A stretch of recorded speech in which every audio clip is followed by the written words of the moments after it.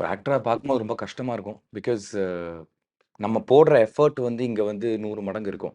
But ஒருத்தர் அத பத்தி வேற பெர்ஸ்பெக்டிவ்ல அத பார்த்து, அத தப்பா வெளில போய் சொன்னாங்கன்னா, அந்த நெகட்டிவிட்டி தான் இன்னும் ஃபாஸ்ட்டா ஸ்ப்ரெட் ஆகுது. அப்ப அந்த ஆக்டரோட எஃபோர்ட்ஸ் எல்லாமே கோஸ் ஃபார் வேஸ்ட் அப்படிங்கிற மாரி. But haters will be haters. நீங்க பண்றத பண்ணிக்கிட்டே இருங்க. சினிமாக்காரங்க உங்கள கைவிட்டுருவாங்க. சினிமா கைவிடாது. அத நான் என்னைக்குமே நம்புவேன். ஸோ எவ்வளோ என்ன ஃபெயிலியர்ஸ் குடுத்தாலும், நம்ம இன்னைக்கு வரைக்கும் இருக்கிற எல்லா டாப் ஹீரோஸ் பார்த்துருக்கோம். ஆரம்பத்தில அவ்ளோ ஃபெயிலியர்ஸ், அவ்ளோ ஹர்டில்ஸ் தாண்டி வந்தாலும், ஏன் இத்தன வருஷம் அவங்க இன்னைக்கு இந்த பொசிஷன்ல நிக்கிறாங்கன்னா, சினிமாக்கு அவங்க நேர்மையா இருந்திருக்காங்க. விக்ரம் சார் நான் நெறைய இடத்துல ஒரு எக்ஸாம்பிள் சொல்லுவேன். நெக்ஸ்ட் எக்ஸாம்பிள் நான் அருண் விஜய் கூட சொல்லுவேன் நானு. விக்ரம் சார்லாம் வந்து ஒரு ஹீரோவா இருந்து, அப்புறம் கேரக்டர் ஆர்டிஸ்ட்டா இருந்து, நெறைய வேற ஆர்டிஸ்ட்க்கு வந்து டப்பிங்லாம் குடுக்க போய், 40 வயசுலயோ, 41 வயசுலயோ சேதுன்னு ஒரு படம் கிடைச்சு, இன்னைக்கு அவர சியான்னு நம்ம செலிப்ரேட் பண்றோம். அது என்ன ஒரே ரீசன்னா, he was very honest to cinema. அதனால சினிமா அவர மேல திருப்பி குடுத்துருச்சு.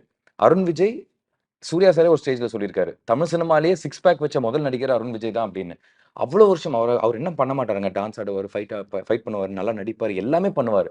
ஆனா அவருக்கான ஒரு இடம் வந்து அவரு ஹானஸ்ட்டா இவ்வளோ வருஷம் அத வந்து டெடிகேட்டடா ஹோல்ட் ஆன் பண்ணதுனால தான், அவருக்கு இன்னைக்கு ஒரு பிரேக் கிடைச்சு, அவர் வந்து இன்னைக்கு அவருக்குன்னு ஒரு மார்க்கெட் ஒண்ணு கிரியேட் பண்ணிக்கிட்டாரு. So you be honest, you be dedicated. Cinema உங்களுக்கு குடுக்கும். அத மட்டும் நீங்க நம்புங்க.